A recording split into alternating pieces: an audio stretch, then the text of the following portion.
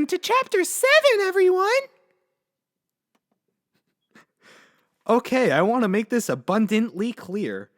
Miss Paint and Mrs. Pomfrey are sisters-in-law because Mrs. Pomfrey married Mrs. Paint's brother. Also, can anyone help me with fanfiction? What does Doc X mean? They kept asking me if it's story or docs.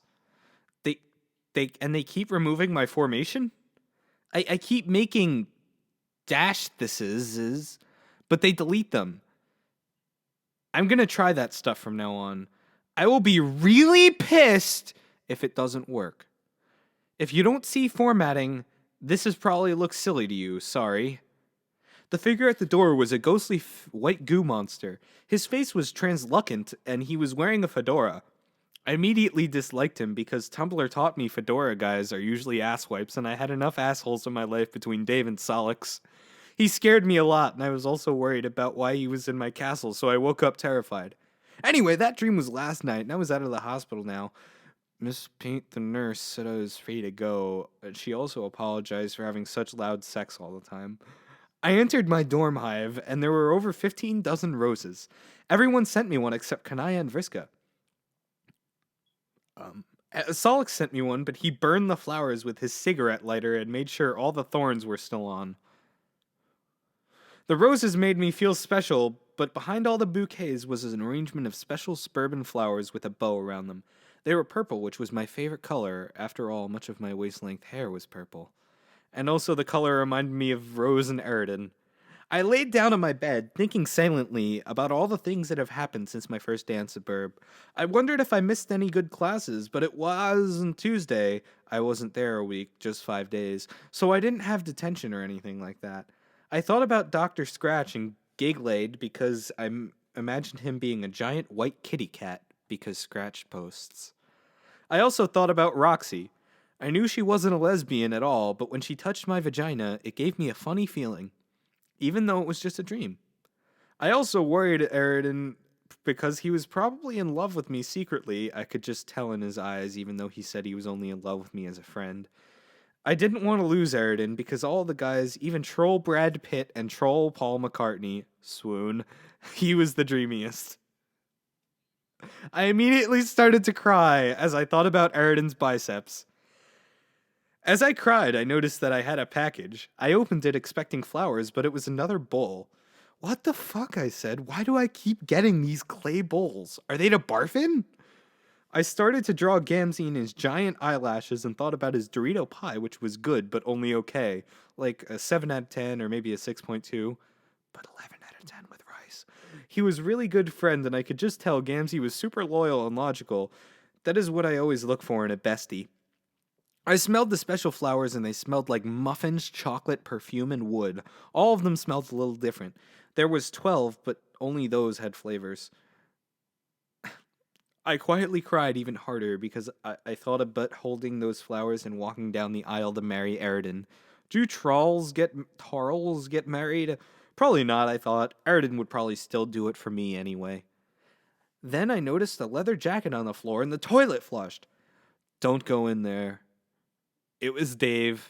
Dave was smirking like a total asshole, but it made him really hot. I turned away because I hated him and I didn't want to see I was crying, and he is very handsome. Dave sat on my lap to be funny. He wasn't. And then sat on my bed and I slapped him. You pooped in my toilet! I yelled. Ow, he said mildly. Of all the toilets to poop in, you chose mine. How did you even get in here, you fucking asshole? I screamed. Ow, he said, rubbing his cheek. Answer my question, you stupid boy. I was so mad. Why did you poop in my toilet? Because I love you, he said, his eyes fixated on mine.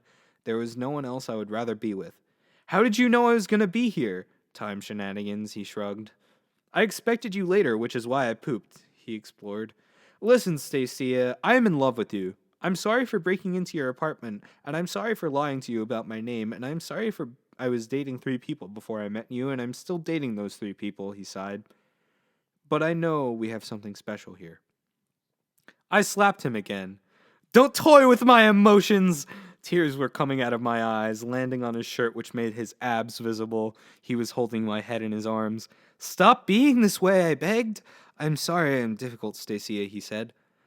I want to be easier for you. I want to be your boyfriend. He started singing Boyfriend by Justin Bieber, but I got even angrier. I don't have Bieber fever.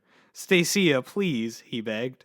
I sighed and he cried and let him kiss me hard. I could feel he hadn't shaved in days. I was so worried about you when you were in the hospital. I was so confused. Why should I choose? I sat on my bed, staring sadly and pensively at the flowers. Which bouquet is your favorite? He asked and wrapped his arms around me. That one, I said, talking about the suburban flowers. Those are from me, he said. Really? Yes, Stacia. He took off his glasses so I know he meant business. I wouldn't lie to you. I just want to lie with you, he winked. I rolled my eyes and then laughed and we kissed. I felt super slutty, so all we did was kiss, but it was super hot and steamy. After 2 hours of kissing, I fell asleep in his arms. Holy shit. When I went to sleep, I did not go to my castle, but instead a fiery place. Where am I asked, and my voice echoed. There was no one there. There were bars of steel and stain and cages, and the ceiling was not there, but I could just tell I was in a deep tunnel or something deep. Please, I said, someone answer me. There was no one there, and there was nothing, except fire. Suddenly, I started levitating. OMG! I am levitating, I said. Just as I said that, though, my feet stopped floating, and I stumbled onto the ground, which was hot stone. Wake up, I said. Wake up. Please wake up. But I stayed there. I wanted to be in my castle with Tom and Rayoxy and the alcohol and root beer, but this was way worse. I cried, and it echoed a lot, but no one heard me or cared. I finally woke up, gasping for air, and Dave stroked my hair. It's okay, baby. It was just a bad dream. I'm here, and I love you now. He whispered softly. I nodded and sobbed in his arms. Do you ever have nightmares? I asked. Dave was already asleep again. Eventually, I went to sleep again and found myself face to face with the goo monster from before. Chapter 8! Chapter 8. Oh, it's not the end yet. The goo monster reached his white hand out to me. Stacy, he whispered like a ghost. Come. I was really scared, but I followed the goo monster. His fedora flew off his head as the wind blew on us when we went outside to a tundra that was very windy and had no civilization. Stacia, he said again. What is it? I said, shaking with terrified.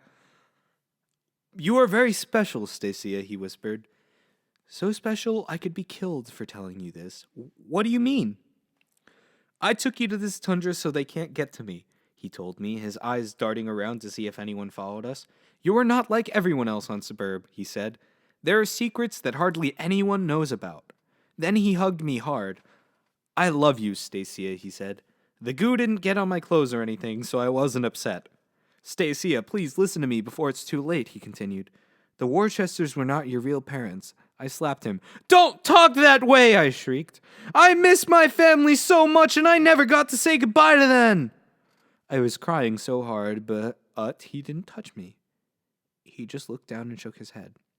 You are not ready, Stacia. You are not ready. With that, he disappeared and I was crying alone in the tundra.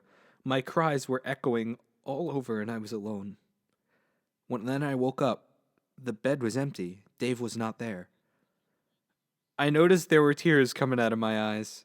I was crying in real life! I put on my beautiful robe that glistened with metallic thread and walked the hallways of Sburb. I was crying, and my crying was echoing loudly. But wait, it wasn't just my crying. There was someone else crying. The echo was not really an echo. I decided to find the person who too was crying. It was 2 a.m., so no one really was there, so it was easy to find who it was. It was Spade Slick. Why are you crying? I asked Spade Slick. Spade Slick was sitting in the corner on the floor, crying all alone in the dark. Spade Slick saw me, but kept crying. Leave me alone, Spade Slick said tragically. Why are you so sad? I asked Spade Slick. Spade Slick said that Mrs. Paint broke off their engagement. You were engaged? I asked. Yes, said Spade Slick. When you saw my penis, that was the engagement ring. That's how I was proposed to her. I started crying harder because I am a hopeful romantic, and it touched me deeply that I was there when Spade Slick proposed to Miss Paint. Why'd she break it off? I asked Spade Slick. I don't know, kid. Just leave me alone before I stab myself or you or both! Spade Slick bellowed and I backed away. Okay, have a nice night. I went back to my Ed and played with the flowers I got from Dave. They were so amazing. I started to cry because I felt bad for Spade Slick and wondered why Mrs. Paint didn't love him no more. Just then I started to think that I woke up. Waking up was just a dream. I was still in my bed at 2 a.m.